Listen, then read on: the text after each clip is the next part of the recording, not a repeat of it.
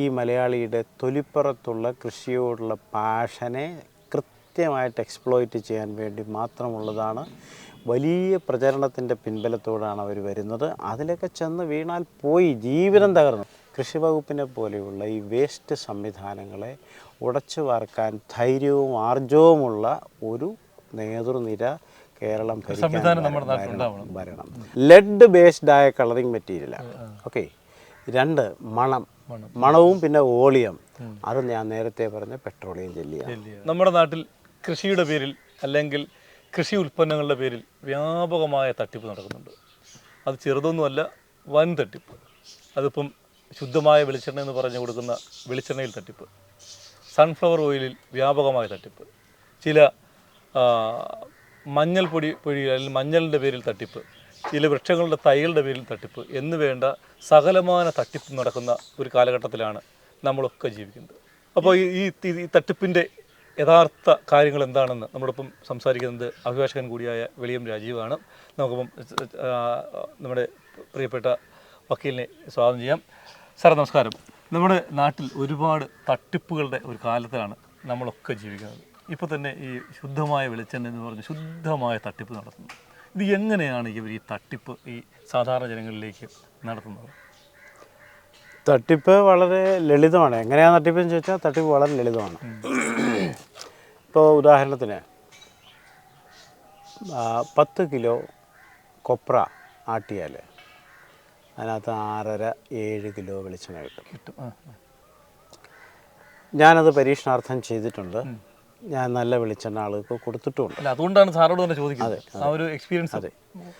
അപ്പോൾ ഈ കൊപ്ര ഉണക്കി വെളിച്ചെണ്ണ ആക്കി കൊടുത്താൽ, ആട്ടി വെളിച്ചെണ്ണ ആക്കി കൊടുത്താൽ 1 കിലോ വെളിച്ചെണ്ണയ്ക്ക് മിനിമം അതിൻ്റെ കൊപ്ര വില, ബാക്കിയുള്ള ലേബർ ഇതെല്ലാം കൂടെ ചേർത്താൽ മിനിമം 1 കിലോ വെളിച്ചെണ്ണയ്ക്ക് ഒരു 310-320 രൂപയ്ക്ക് കൊടുക്കാൻ പറ്റും. പക്ഷേ 140-145 രൂപയ്ക്ക് ഇവിടെ വെളിച്ചെണ്ണ കൊടുക്കുന്നുണ്ട്. അതും ചക്കിലാട്ടിയ വെളിച്ചെണ്ണ. നല്ല ലേബലൊക്കെ ചക്കിലാട്ടിയെന്ന് പറയുന്നത് ഈ മാർക്കറ്റിങ്ങിൻ്റെ പുതിയൊരു ട്രെൻഡാണ്. ചക്കിൽ തന്നെ ആയിരിക്കും ആട്ടുന്നത്. ചക്കെന്ന് പറഞ്ഞാൽ ഏത് പിന്നെ ഈ എന്താണ് ഇത് എക്സ്ക്യൂസ് ചെയ്യുന്ന എണ്ണ ആട്ടിയെടുക്കുന്ന ഏത് സാധനവും ചക്ക് തന്നെയാണ്. അതിൻ്റെ മെക്കാനിസത്തിൽ വലിയ വ്യത്യാസമൊന്നുമില്ല. ഇത് ക്രഷ് ചെയ്ത് പിന്നെ ഓയിലാക്കി എടുക്കുക. അപ്പോൾ എങ്ങനെ കൊടുക്കാൻ പറ്റുന്നു എന്നുള്ള പ്രശ്നം. ചിലപ്പോൾ നമ്മളെ നിർത്തി കൊപ്ര ഇട്ടിട്ട് ഇതാട്ടി കൊടുക്കുകയും ചെയ്യും. നമ്മളെ നിർത്തി തന്നെ ഈ 145 അല്ലെങ്കിൽ 160 രൂപയ്ക്ക് 1 കിലോ കൊടുക്കാൻ പറ്റും. പക്ഷേ അതിൻ്റെ പുറകിലുള്ള തട്ടിപ്പെന്ന് വെച്ചാൽ പാരഫിൻ കിട്ടും. പാരഫിൻ എന്ന് പറയുമ്പോഴത്തേക്ക് പെട്രോളിയം ജെല്ലി കിട്ടും. അത് 1 കിലോ കിട്ടും, 5 കിലോ കിട്ടും, 20 കിലോ കിട്ടും, 20 രൂപ വരെ ഞാൻ കണ്ടിട്ടുണ്ട്. ഈ ചക്കിൽ ആട്ടുന്ന എണ്ണയ്ക്ക് കൊപ്രയ്ക്കകത്തോ അതല്ലെങ്കിൽ അത് എണ്ണ കളക്ട് ചെയ്യുന്ന പാത്രത്തിൻ്റെ ഉള്ളിലോ ഇവർ കൃത്യമായിട്ട് ഈ പെട്രോളിയം ജെല്ലി ചേർക്കുമ്പോൾ 140 രൂപയ്ക്ക് വെളിച്ചെണ്ണ കൊടുത്ത് ലാഭത്തിൽ വിൽക്കാൻ പറ്റും. പക്ഷേ അതിനകത്ത് കൊപ്ര അതിൻ്റെ ഉപരിതലത്തിൽ മാത്രമേ ഉണ്ടാവൂ. അതിനകത്ത് സ്മെല്ല് കിട്ടുന്നതിന് വേണ്ടി എന്തൊക്കെ ഒരു ആർട്ടിഫിഷ്യൽ എസൻസ് ഒക്കെ ചേർക്കുന്നുണ്ട്. ഇപ്പം മഞ്ഞളിൻ്റെ കാര്യം ഞാനൊരു സ്മെല്ലിന് വേണ്ടി ഒരു വിഷം, പിന്നെ ഇതിൻ്റെ അളവ് കൂടാൻ വേണ്ടി വേറൊരു വിഷം. ഇത് വെളിച്ചെണ്ണയുടെ ഏറ്റവും ഒടുവിൽ ചക്കിലാട്ടിയ വെളിച്ചെണ്ണ. അതെ, അത് 150 രൂപ 160 രൂപയ്ക്ക് നമുക്ക് മാർക്കറ്റിൽ കിട്ടും. ഒരു മഞ്ഞളിൻ്റെ കാര്യം ഞാനൊരു ഇൻ്റർവ്യൂ കൊടുത്തിരുന്നു മഞ്ഞളിനെ കുറിച്ച്. 1 കിലോ മഞ്ഞളിന് ശരാശരി പച്ചമഞ്ഞളിന് ശരാശരി മാർക്കറ്റ് വില ഒരു 40 രൂപ വരെയാണ്. കഴിഞ്ഞ വർഷത്തെ 40 രൂപ. അത് 1 കിലോ മഞ്ഞപ്പൊടി ഉണ്ടാക്കണമെങ്കിൽ ഒരു 8-10 കിലോ പച്ചമഞ്ഞൾ വേണം. അങ്ങനെ വന്നാൽ ഒരു 10, 200, 250 രൂപ ഉണ്ടെങ്കിലേ 1 കിലോ മഞ്ഞപ്പൊടി അതിൻ്റെ റാ മെറ്റീരിയൽ. അതുപോലെ ഇത് കഴുകണം, പുഴുങ്ങണം, ഉണക്കണം, പൊടിക്കണം, പാക്കറ്റ് അടിക്കണം, കച്ചവടക്കാരൻ്റെ സ്ഥലത്ത് കൊണ്ട് കൊടുക്കണം. അവന് 35 മുതൽ 40% വരെ കമ്മീഷൻ കൊടുക്കണം. ഇത്രയും കൊടുത്തതിന് ശേഷം 1 കിലോ മഞ്ഞൾപ്പൊടി വിൽക്കുന്നത് 140 രൂപ, 150 രൂപ, പരമാവധി 150 രൂപയ്ക്കാണ്. It is impossible to give. ഈ സാധനം കൊടുക്കാൻ പറ്റില്ല. പിന്നെ അത് കൊടുക്കണമെങ്കിൽ ഏറ്റവും മിനിമം ഒരു 300 രൂപയ്ക്ക് കൊടുക്കാൻ പറ്റും. അപ്പോൾ ഇവർ ചെയ്യുന്നത്, നമുക്ക് മഞ്ഞളിൻ്റെ പ്രധാനപ്പെട്ട രാസഘടകം എന്ന് പറയുന്നത് കുർക്കുമിനാണ്. ഈ കുർക്കുമിൻ എക്സ്ട്രാക്ട് ചെയ്യുന്ന 100 കണക്കിന് കമ്പനി ഈ കൊട്ടാരക്കര താലൂക്കിൽ തന്നെയുണ്ട്. പച്ചമഞ്ഞൾ കൊണ്ട് കൊടുത്താൽ മതി. അവരതിൻ്റെ കുർക്കുമിൻ എക്സ്ട്രാക്ട് ചെയ്ത് അത് ഇന്ത്യയിലെ മെഡിക്കൽ കമ്പനികൾക്കും വിദേശ കിച്ചണിലേക്കും അയക്കും. സായിപ്പിൻ്റെ കിച്ചണിൽ ഇതിൻ്റെ പേസ്റ്റ് കിട്ടും, കുറുക്കുമിൻ പേസ്റ്റ്. മഞ്ഞളിന് പകരം അവരതാണ് ഉപയോഗിക്കുന്നത്. അപ്പോൾ അതൊരു സെക്കൻഡ് ക്വാളിറ്റിയാണ്. First quality will goes to the medical companies. അപ്പോൾ അതിന് വലിയ വില കിട്ടും. ബാക്കി ഈ കുർക്കുമിൻ എടുത്തു കഴിഞ്ഞാൽ പിന്നെ അവശേഷിക്കുന്നത് എന്താ? അതിൻ്റെ ചണ്ടിയാണ്, ഡെബ്രിയാണ്. 1 കിലോയ്ക്ക് 40 രൂപ മാർക്കറ്റിലുള്ള മഞ്ഞളിന് പകരം 1 കിലോയ്ക്ക് 50 പൈസ, 1 രൂപയ്ക്ക് ചണ്ടി ഈ സ്പൈസസ് കമ്പനികൾ എടുത്തുകൊണ്ട് പോകും. അവരെടുത്തുകൊണ്ട് പോയി അവരത് കഴുകി ഉണക്കി പൊടിച്ച് ഇതിനകത്താക്കും. ഇതിനകത്താക്കുന്നതിനോടൊപ്പം 2 രാസഘടകങ്ങൾ അവരിത് ചേർക്കും. ഈ കുർക്കുമിൻ എക്സ്ട്രാക്ട് ചെയ്യപ്പെട്ട് കഴിഞ്ഞാൽ ഇതിന് മഞ്ഞളിൻ്റെ നിറമില്ല. ആ നിറം കിട്ടുന്നതിന് വേണ്ടി ആർട്ടിഫിഷ്യലായ കളറിങ് മെറ്റീരിയൽ ലെഡിനകത്ത് ചേർക്കും. ലെഡ് ചേർത്തത് കൊടുക്കും. ആ ലെഡ് ചേർത്ത് കൊടുക്കുന്നത് എന്തിനാണെന്ന് ചോദിച്ചാൽ, എന്തുകൊണ്ട് ബാക്കി ചെയ്യുന്നില്ല എന്ന് ചോദിച്ചാൽ ഒറ്റ ഉത്തരവേ ഉള്ളൂ. ഈ മഞ്ഞൾപ്പൊടിയുടെ വെയിറ്റും അതിൻ്റെ വോളിയവും സൈസും അത് ഇക്വേറ്റ് ചെയ്യുന്നതിന് ലെഡാണ് ഏറ്റവും നല്ല മായം ചേർക്കാനുള്ള ഉപാധി. അപ്പോൾ നിറം ലെഡ് ബേസ്ഡായ കളറിങ് മെറ്റീരിയലാണ്. ഓക്കെ. 2 മണവും പിന്നെ വോളിയം. അത് ഞാൻ നേരത്തെ പറഞ്ഞ പെട്രോളിയം ജെല്ലിയാണ്. ആ പെട്രോളിയം ജെല്ലിക്കകത്ത് ആർട്ടിഫിഷ്യൽ എസൻസ് വെച്ച് കൃത്രിമമായ മഞ്ഞളിൻ്റെ മണം ചേർത്ത് ആണ് നമുക്ക് മഞ്ഞപ്പൊടിയായി പൊടിച്ചു തരുന്നത്. അപ്പോൾ മഞ്ഞപ്പൊടിയാണ് പ്രസാദമായിട്ട് മാത്രമല്ലല്ലോ, ഈ ശരീരത്തിലെ ആഹാരത്തിലെ വിഷാംശം പുറന്തള്ളുന്നതാണ് മഞ്ഞൾ. അതിനകത്ത് മഞ്ഞൾ ഇല്ലെന്ന് മാത്രമല്ല 2 കൃത്രിമമായ വിഷപദാർത്ഥങ്ങൾ കൂടിയുണ്ട്. ആ മഞ്ഞളാണ് നമ്മളിപ്പോൾ ഉപയോഗിക്കുന്നത്. പിന്നെ ഇതൊക്കെ പരിഹരിക്കാൻ നിയമങ്ങളൊക്കെ ഉണ്ട്, ഉദ്യോഗസ്ഥരുമുണ്ട്. അവർക്ക് പിന്നെ നമ്മുടെ ഖജനാവിൽ നിന്ന് ശമ്പളവും കൊടുക്കുന്നുണ്ട്. പക്ഷേ ആ സ്ഥാപനങ്ങളെ ചലിപ്പിക്കാൻ സർക്കാർ എന്ന് പറയുന്ന ഒരു പൊതു സംവിധാനമുണ്ട്. ആ സർക്കാർ പ്രവർത്തിച്ചെങ്കിൽ മാത്രമേ ഇത് നമുക്ക് നിർത്താൻ പറ്റൂ. ഇപ്പോൾ ഉദാഹരണത്തിന് പ്ലാവിൻ്റെ തൈ ഈ പെട്ടെന്ന് പൊട്ടിമുളയ്ക്കുന്ന ചില നഴ്സറികൾ ചുമ്മാ ചക്കക്കുരു പാകി അത് കൊടുക്കുന്നുണ്ട്. ആ കൊടുക്കുന്ന വലിയ ബ്രാൻഡ് നെയിമിലാണ് കൊടുക്കുന്നത്. അരക്കില്ലാത്ത ചക്ക, ചെമ്പരത്തി ചക്ക, പിന്നെ വിയറ്റ്നാം എയർലിക്ക് ആയുർ ജാക്ക് എന്ന് പേരിട്ടൊരു വിദ്വാൻ വിൽക്കുന്നുണ്ട്. അപ്പോൾ ഇതൊക്കെ തട്ടിപ്പുകൾ. പണ്ട് കോഴി മാഞ്ചിയം എന്ന് പറഞ്ഞാൽ മാഞ്ചിയം വെച്ച് തട്ടിച്ചത് എങ്ങനെയാണോ അതുപോലെ ഏറ്റവും നല്ല ലാഭമുള്ള ബിസിനസ് കൃഷിയിൽ എന്താണെന്നറിയോ? നഴ്സറി നടത്തുക എന്നുള്ളതാണ്. കാരണം ആരെയും പറ്റിക്കാം. ഈ കൃഷിക്കൊരു പാഷനുള്ള ആളുകളാണ് നമ്മൾ. പക്ഷേ നമുക്ക് ഭൂമിയില്ല, കൃഷി ചെയ്യാൻ അറിഞ്ഞുകൂടാ. അതിനുവേണ്ടി ഒരു ദിവസത്തെ മെനക്കെടിനപ്പുറം അത് ഫോളോ ചെയ്യാനുള്ള മനസ്സ് നമുക്കില്ല.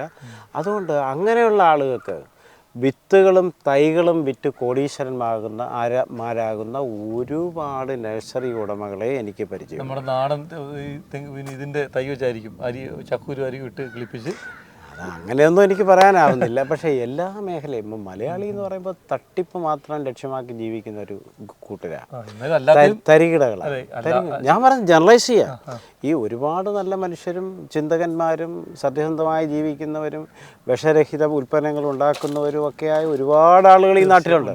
പക്ഷേ ഞാൻ പറയുന്നത്, ഐ എം ജനറലൈസിങ് ദിസ്, നമ്മുടെ മലയാളികളിലെ ഭൂരിപക്ഷം ആളുകളും തട്ടിപ്പ് ഒരു തൊഴിലായി സ്വീകരിക്കും. നമ്മുടെ രാഷ്ട്രീയക്കാരുടെ ജോലി എന്താ? തട്ടിക്കുക എന്നുള്ളതാണ്. അപ്പോൾ തട്ടിപ്പ് ഒരു തൊഴിലായി സ്വീകരിക്കുന്ന ഒരു സമൂഹത്തിൽ ആണ് നമ്മൾ ജീവിക്കുന്നത്.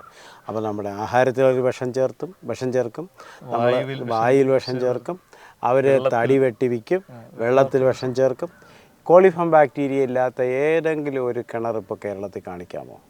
പക്ഷേ കോളിഫോം ബാക്ടീരിയ ഇല്ല എന്ന പരസ്യത്തോടു കൂടി ഇറങ്ങുന്ന കുപ്പിവെള്ള കമ്പനികൾ 100 കണക്കാണ് നമ്മുടെ നാട്ടിൽ. ആ വെള്ളം പരിശോധിച്ച റിസൾട്ട് പുറത്തു വരത്തില്ല. പരിശോധിക്കേണ്ട ആളുകളും ഉൽപ്പാദിപ്പിക്കുന്ന ആളുകളും ഒന്നാണ്.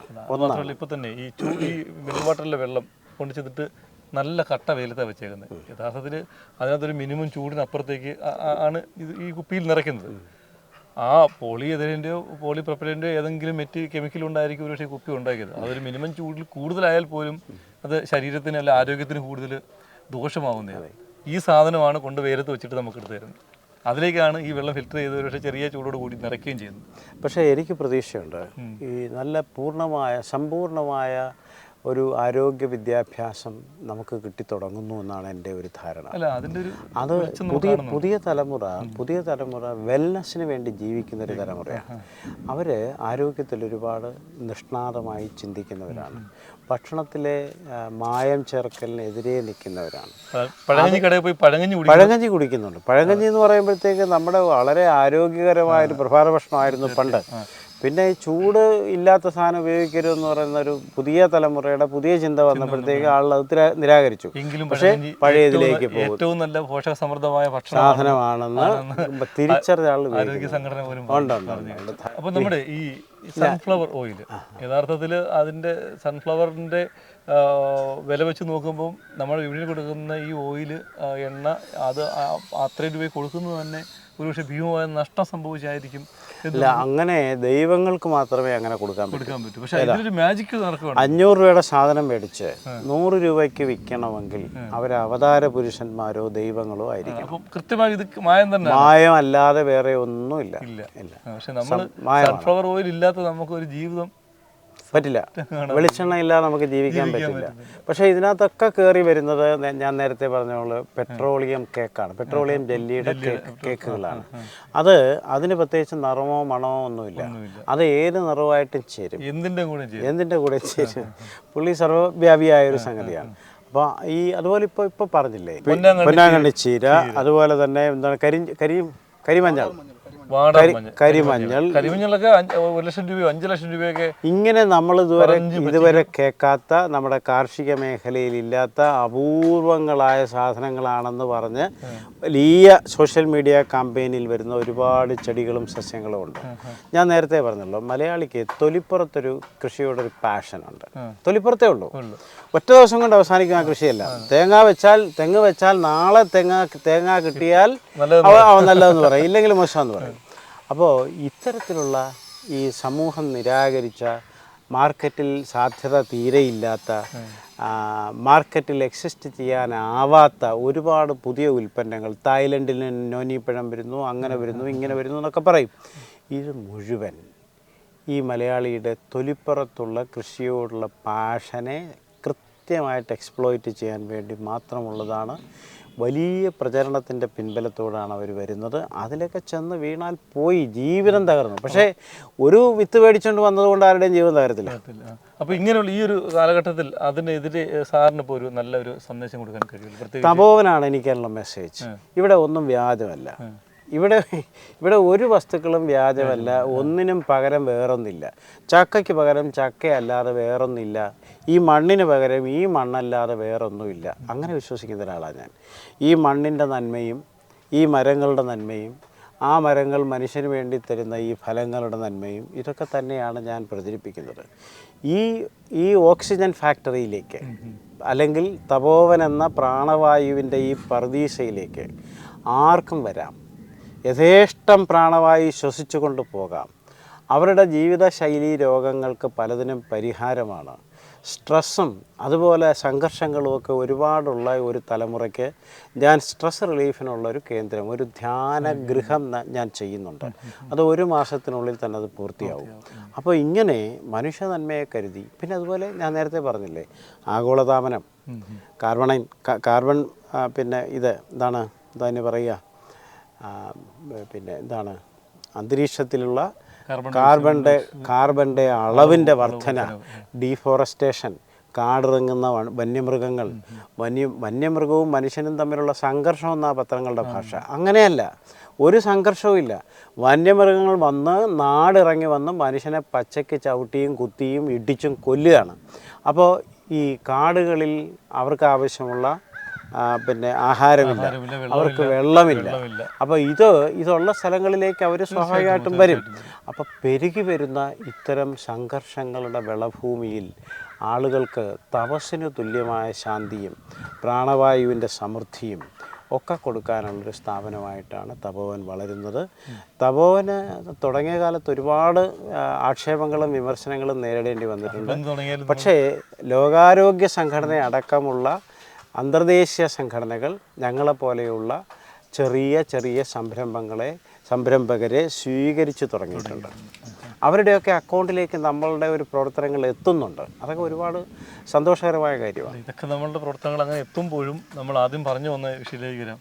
നമ്മുടെ നാട് ഈ പറയുന്ന വ്യാജന്മാരുടെ അല്ലെങ്കിൽ ഈ പിന്നെ ശുദ്ധമായ വെളിച്ചെണ്ണ എന്ന് പറഞ്ഞ് അശുദ്ധമായ വെളിച്ചെണ്ണ, ശുദ്ധമായ വെളിച്ചെണ്ണ എന്നല്ല, ചക്കിലാട്ടിയ വെളിച്ചെണ്ണ അതൊന്ന് നമ്മളെ തട്ടിക്കുന്നു. അങ്ങനെ ധാരാളം ഈ തെങ്ങും കേരള നാടെന്ന, പക്ഷേ ഇതിനേക്കാൾ കൂടുതൽ തെങ്ങ് തമിഴ്നാട്ടിലുണ്ട്, കർണാടകത്തിലുണ്ട്. അത് വേറെ സത്യം. എങ്കിലും നമ്മുടെ നാട്ടിലെ ഉള്ള തെങ്ങുകൾ ചിലതൊക്കെ ഈ മഞ്ഞളിപ്പ് കാണാറുണ്ട്. ഇപ്പം 3 വർഷം കൊണ്ട് കായ്ക്കുന്ന തെങ്ങുകളൊക്കെ നമ്മുടെ നാട്ടിൽ വരുന്നുണ്ട്.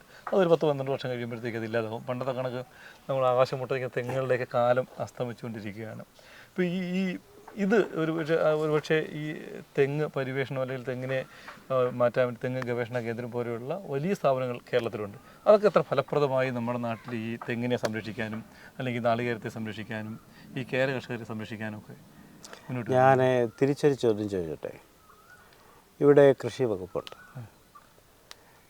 വകുപ്പുണ്ട്, അതുപോലെ കൃഷിയുടെ പ്രൊമോഷന് വേണ്ടി, മാർക്കറ്റിങ്ങിന് വേണ്ടി സർക്കാർ തന്നെ ഗ്രാൻഡ് കൊടുത്ത് പ്രവർത്തിക്കുന്ന 10-50-ലധികം സംഘടനകളുണ്ട്. ഈ സംഘടനകൾക്കെല്ലാം ചെയർമാനുണ്ട്, സെക്രട്ടറി ഉണ്ട്, ഓഫീസ് ജീവനക്കാരുണ്ട്, കാറുണ്ട്, സർവ്വ സംവിധാനമുണ്ട്. ഈ കൃഷി വകുപ്പിലെ ജീവനക്കാർ മണ്ണിൽ ചവിട്ടുന്നത് ഞാൻ കണ്ടിട്ടില്ല. അവരെപ്പോഴും കോൺഫറൻസിലാണ്. ആർക്ക് വേണ്ടിയാണ് ഈ കോൺഫറൻസ് എന്ന് എനിക്കറിഞ്ഞൂടാ. ഈ കോൺഫറൻസിലൂടെ ഉൽപ്പാദിപ്പിക്കുന്നത് എന്ത് എന്നും എനിക്കറിഞ്ഞൂടാ. ഈ കോടാനുകോടി രൂപ ഖജനാവിൽ നിന്ന് നികുതിദായകൻ്റെ പണം ഇവർക്കൊക്കെ ശമ്പളവും പലതരത്തിലുള്ള ഗ്രാൻറ്റുകളുമായി കൊടുക്കുന്നുണ്ട്. തെങ്ങിൻ്റെ രോഗത്തെക്കുറിച്ച് പറഞ്ഞു. ഈ തെങ്ങിൻ്റെ രോഗം മാറ്റാൻ അവരിപ്പോൾ കണ്ടുപിടിച്ച ഒരു മരുന്നുണ്ട്. തെങ്ങ് വെട്ടിക്കളയുക, പകരം പുതിയ തെങ്ങ് വയ്ക്കുക. ഇഷ്ടം പോലെ ഗവേഷകരുണ്ട്, നാളികേര ഗവേഷണ കേന്ദ്രങ്ങളുണ്ട്, സയൻറ്റിസ്റ്റുകൾ എന്നാണ് അവരെ പറയുന്നത്. ഏത് തെങ്ങിൻ്റെ രോഗങ്ങൾ കണ്ടുപിടിക്കാൻ വേണ്ടി സയൻറ്റിസ്റ്റുകളുണ്ട്. അവർക്കൊക്കെ ലക്ഷക്കണക്കിന് രൂപ ശമ്പളം കൊടുക്കുന്നുണ്ട്. ഒരു മരുന്നും ഇതിനെ കണ്ടുപിടിച്ചു. ഈ മണലും ഈ നമ്മുടെ എന്താ പറയുന്നത്, അത് കൊമ്പൻ ചെല്ലിക്ക് മാത്രം. മണ്ടച്ചിയലിന് എന്തുണ്ട്? ഒരു മരുന്നുമില്ല. ഈ കേടായ തെങ്ങിനെ വെട്ടിക്കളയുക. എൻ്റെ കുറേ തെങ്ങ്, വളരെ പഴയ തെങ്ങ് കുറച്ച് വെട്ടിക്കളഞ്ഞു. തെങ്ങ് വെട്ടിക്കളയുമ്പോൾ ഒരു തെങ്ങിന് 200 രൂപ വീതം സർക്കാർ തരുമെന്നാണ്. വെട്ടിയിട്ട് ഇപ്പോൾ 5 കൊല്ലമായി. ഈ സർക്കാർ ഇപ്പോൾ ജീവിച്ചിരിപ്പുണ്ടോ ഇല്ലയോ എന്നുള്ളത് എനിക്കറിഞ്ഞില്ല. എന്തായാലും ഇതുവരെ നമുക്ക് അങ്ങനെയുള്ളൊരു സംഭവമൊന്നും ഉണ്ടായിട്ടില്ല.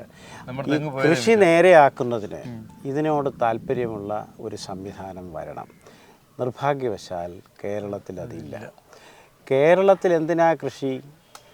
അരിയും പച്ചക്കറിയും തമിഴ്നാട്ടിൽ നിന്ന് വരുമല്ലോ എന്ന് പ്രസ്താവിച്ച ഒരു മന്ത്രി ഭരിക്കുന്ന നാടാണിത്.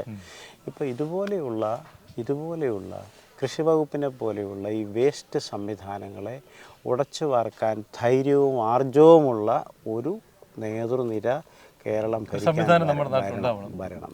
അങ്ങനെ വരാത്ത കാലത്തോളം നമ്മൾ ജീവിതത്തെ പ്രാഗി, പഴയ തലമുറ ജീവിച്ചതുപോലെ തന്നെ ഇല്ലായ്മകളെ പ്രാഗി, ജീവിതത്തെ പ്രാഗി, മറ്റാരെങ്കിലും കുറ്റം കണ്ട് ആരോപിച്ച് പഴിച്ച് നമ്മുടെ ജീവിതം അങ്ങ് അവസാനിപ്പിക്കും. അതാണ് സംഭവിക്കുന്നത്.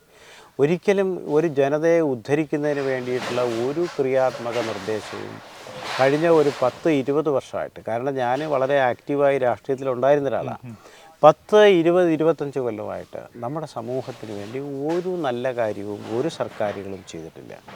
ഇപ്പോഴും ഈ ആളുകൾ വികസനം എന്ന് പറയുന്നു. ഏതെങ്കിലും വികസനം നമ്മുടെ മുമ്പിൽ നമ്മൾ കാണുന്നില്ല. അല്ലെങ്കിൽ നാട്ടാരറിയെ ഒരു വികസനവും നമ്മുടെ നാട്ടിൽ നടക്കുന്നുമില്ല. പക്ഷേ ഇവർ പറയുന്നത് 50,000 കോടി എൻ്റെ ഫണ്ടിൽ നിന്ന് കൊടുത്തു. എൻ്റെ ഫണ്ടെന്ന് പറഞ്ഞാൽ സർക്കാർ ഫണ്ടിലാണ്. ഇവരൊക്കെ കേരള വികസനത്തിന് വേണ്ടി കൊടുത്ത കോടാനുകോടി രൂപയുടെ ഫണ്ടിൻ്റെ അളവ് കണ്ട് ലോക ബാങ്ക് വരെ ഞെട്ടും. നമ്മൾ കാണാത്ത വികസനം നടത്തിയെന്ന് പറഞ്ഞ് അതിന് ഇത്ര കോടി ആയെന്ന് പറഞ്ഞ് പ്രചരിപ്പിക്കുന്ന രാഷ്ട്രീയക്കാരും ആ രാഷ്ട്രീയക്കാരുടെ അനുസരണയുള്ള അടിമകളായ ഉദ്യോഗസ്ഥരും നശിപ്പിക്കാത്ത ഒരു മേഖല കേരളത്തിലില്ല. അതിൽ ഒന്നാമത്തെ നശിപ്പിക്കപ്പെട്ടത് നമ്മുടെ കാർഷിക മേഖല. നമുക്ക് കൃഷിയില്ലല്ലോ. നമ്മളൊക്കെ ഇത് ചെയ്യുമ്പോൾ നമ്മളെ പിന്തുണയ്ക്കുന്നില്ല എന്ന് മാത്രമല്ല, നമ്മളെ ദ്രോഹിക്കാവുന്ന പരമാവധി അവർ ദ്രോഹിക്കും. അതൊക്കെയാണ് നടക്കുന്നത്. അപ്പോൾ ശരിക്കും ആദ്യം നമ്മൾ പറഞ്ഞു വന്നത് ഈ മായം ചേർക്കലിനെ കുറിച്ചാണ്. ഈ മായം ചേർക്കൽ ഒരുപക്ഷെ ഈ സർക്കാർ സംവിധാനം ഉപയോഗിച്ചാൽ ഇല്ലാതാക്കാൻ പറ്റും. ഇല്ലാതാക്കാവുന്നതേ ഉള്ളൂ. പ്ലാസ്റ്റിക് ഉൽപ്പന്നങ്ങൾ നിരോധിക്കണം. എങ്കിൽ പിന്നെ പ്ലാസ്റ്റിക് ഉണ്ടാകുന്ന ഫാക്ടറി പൂട്ടിയാൽ മതി. അത് ചെയ്യില്ല. ഇവിടെ മദ്യനിരോധനം ബാറുകൾ തുറന്നു വെച്ചിട്ട് മദ്യനിരോധനത്തെ കുറിച്ച് പറയുന്നത് പ്രസംഗിക്കാം. ഇതുപോലെയാണ്. എന്തായാലും നമുക്ക് ഈ ശുദ്ധവായു ശ്വസിക്കാൻ ഇനി കഴിയുമോ?